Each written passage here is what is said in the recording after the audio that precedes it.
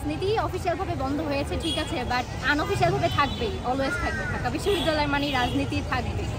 এটি ইতিবাচক দৃষ্টিতে দেখছি, কারণ রাজনীতি শুরু হলেই হলে একটা স্বায়ত্তশাসন সৃষ্টি হয়, যেটা সকল স্টুডেন্টদের জন্য এটা আমাদের জন্য অনেক হেনস্থাকর, এবং আমরা অনেক প্রকার হয়রানি সৃষ্টি হই এবং বৈষম্যের সৃষ্টি হই। তো এই হলের রাজনীতি বন্ধের মাধ্যমে আমাদের বৈষম্যটা বিলুপ্ত হচ্ছে, এটাই হচ্ছে আমাদের জন্য অনেক বড় ইতিবাচক একটা ইঙ্গিত। আর রাজনীতি থাকলে কি সুবিধা? রাজনীতি থাকলে আসলে রাজনীতি যারা করে তাদের সাথে যদি আমাদের অনেক ভালো কানেকশন থাকে, তাহলে আমরা অনেক রকমের ফ্যাসিলিটিস পাই। কিন্তু সবার সাথে তো আর এই ধরনের কানেকশন সম্ভব না। শুধু মানে হচ্ছে রাজনীতি যারা করে তাদের সাথে যারা রিলেটেড তারাই একমাত্র ফ্যাসিলিটিস পায়, ওটা ওনাদের জন্য আর কি ইতিবাচক দিক, আমাদের জন্য না। আচ্ছা, আপনি কি মনে করেন যে এটি কি আসলে সম্ভব বাংলাদেশের প্রেক্ষাপটে ঢাকা বিশ্ববিদ্যালয়ের রাজনীতি হলগুলোতে রাজনীতি বন্ধ করা? না, এটা আসলে সম্ভব না। এটা রাজনীতি অফিসিয়াল ভাবে বন্ধ হয়েছে ঠিক আছে, বাট আনঅফিসিয়াল ভাবে থাকবেই, অলওয়েজ থাকবে। ঢাকা বিশ্ববিদ্যালয় মানে রাজনীতি থাকবে। আচ্ছা, ঢাকা বিশ্ববিদ্যালয় থেকে কিন্তু সকল আন্দোলনের উৎপত্তি। সেখানে যদি হলগুলোতে রাজনীতি না থাকে, সেক্ষেত্রে কি বড় কোনো আন্দোলনে প্রভাব পড়বে কিনা? পড়তে পারে, যেহেতু রাজনীতি বন্ধ হয়েছে, একটা গ্রুপ বা জনগোষ্ঠী আপনি বিলুপ্ত হয়ে যাবে। তো বিভিন্ন যেই সম্মেলন বা বিভিন্ন কি বলে, আচ্ছা, এগুলির উৎপত্তি কিভাবে হবে একদম গ্রুপ না থাকলে?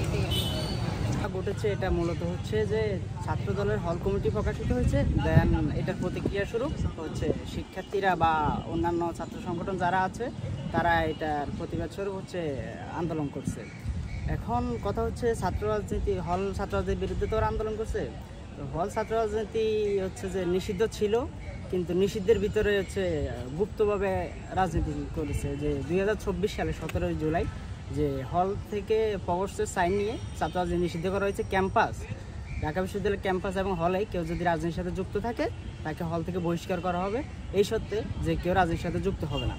কিন্তু আমরা দেখেছি 5ই আগস্ট পরবর্তী সময়ে যে গণতান্ত্রিক ছাত্র সংগঠন নামে একটা নতুন ছাত্র সংগঠন হচ্ছে চালু হয়েছে। সেখানে অনেকগুলা প্রায় 273 জন একটা কমিটি হয়েছে। তো ওইখানে আমাদের বিশ্ববিদ্যালয়ের শিক্ষার্থী হচ্ছে সবাইকে কমিটিতে রাখা হয়েছে, সবাই কিন্তু হলের শিক্ষার্থী। তারপর বাংলাদেশ ছাত্র শিবিরের ইসলামী ছাত্র শিবিরের কমিটি প্রকাশিত হয়েছে, সেখানেও কিন্তু সবাই হলের শিক্ষার্থী। তো ফার্স্ট অফ অল ব্রেক হয়েছে যে বিশ্ববিদ্যালয়ে যারা রাজনীতির সাথে যুক্ত হবে তাদেরকে হল থেকে বহিষ্কার করা হবে, এটা কিন্তু তখন হচ্ছে যে মানে নেওয়া হয় নাই। দেন হচ্ছে যে এখন হল রাজনীতি হচ্ছে যে এতদিন নিষিদ্ধ ছিল, কেউ রাজনীতি প্রকাশ করে নাই, কিন্তু গুপ্তভাবে একটি সংগঠন বিভিন্ন ওয়েলফেয়ার নামে বা বিভিন্ন নামে রাজনীতি করে আসতেছে, যেটা শিক্ষার্থীরা বুঝতে পারছে, সাধারণ শিক্ষার্থীরা বুঝতে পারছে। আমরা চাই সাধারণ শিক্ষার্থীরা যে বাংলাদেশে বা ঢাকা বিশ্ববিদ্যালয় ক্যাম্পাসে অবশ্যই রাজনীতি চর্চা হবে। রাজনীতি চর্চা প্রত্যেকেরই অধিকার, তবে সেটা পজিটিভ হতে হবে। আমরা এতদিন একটা নোংরা কালচারের মধ্যে ছিলাম, এই কালচারটা আমাদের চেঞ্জ করে আমাদের শিক্ষার্থীদের কল্যাণে পজিটিভ এবং রাষ্ট্রের কল্যাণে আমাদের রাজনীতি করতে হবে।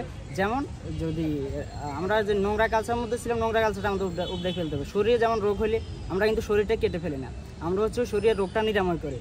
তেমনই হচ্ছে রাজনীতিতে নোংরা যে কালচারটা ছিল, ওই কালচারটা আমাদের উপড়ে ফেলে আমরা হচ্ছে পজিটিভ রাজনীতি করবো।